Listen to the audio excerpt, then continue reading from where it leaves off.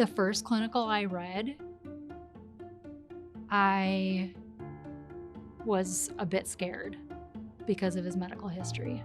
A lot of people tend to give up during COVID.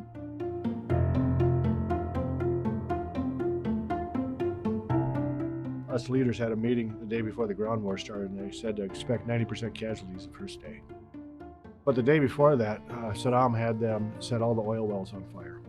We could see this cloud coming at us. It was just a black cloud. And then when it came over us, it just turned day into night. You could taste it. We were breathing that for weeks on end. But you know, you got a job to do and you don't really think about it. Since then, whenever I would get a cold, it would turn into bronchitis. You never think you're the one that's going to get maimed or killed when you go into combat. It's always going to be the other guy. Well, I kind of thought that when I got COVID. And I didn't really think about my lungs until I started wheezing pretty bad. Even the day I took him to the hospital, he walked in.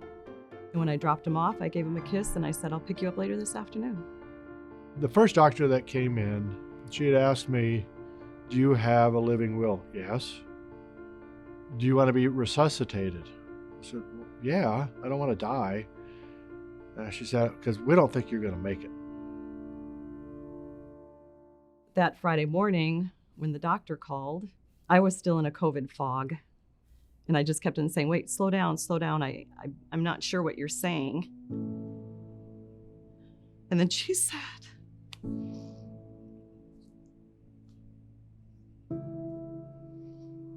you need to get his affairs in order.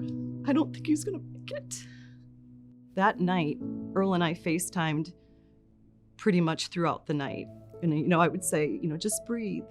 And I was trying to calm him down. And we were just breathing together.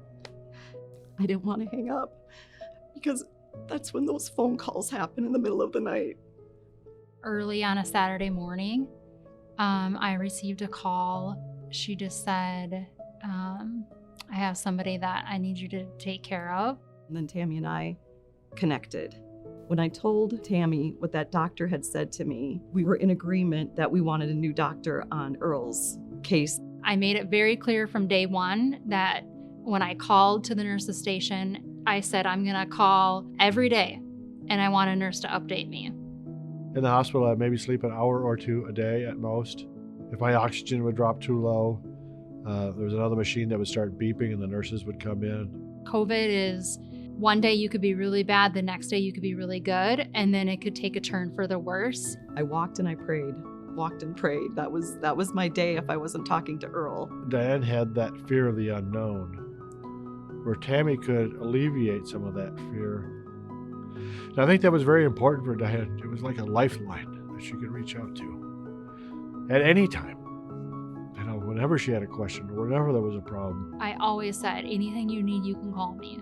Call me whenever. Call me day, call me night. She was really my go-to person, more so than a family member or friends, just because she was on top of everything that was happening day in and day out. Diane was wearing down. She was also dealing with COVID at the same time, and Diane was alone. She couldn't come to the hospital and hold Earl's hand. I needed to make sure that I took care of Diane just as much as I took care of Earl. We're not just a customer. We're not just another case number. We're someone that she cares about. I got a phone call from Earl. He said to me, I have a new doctor. And I go, you do?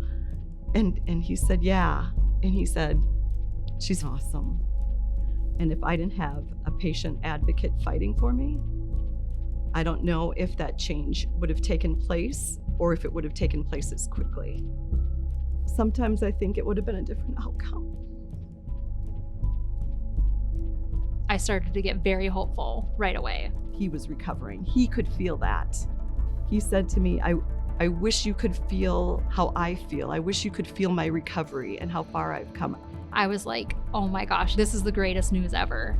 Being able to be a part of somebody's journey for me is so rewarding. The human spirit diminishes without hope. You have to have hope. Tammy gave me hope.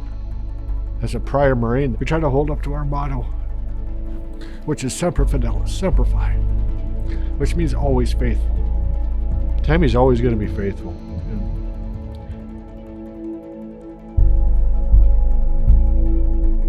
We'll always be grateful for her, for what she did.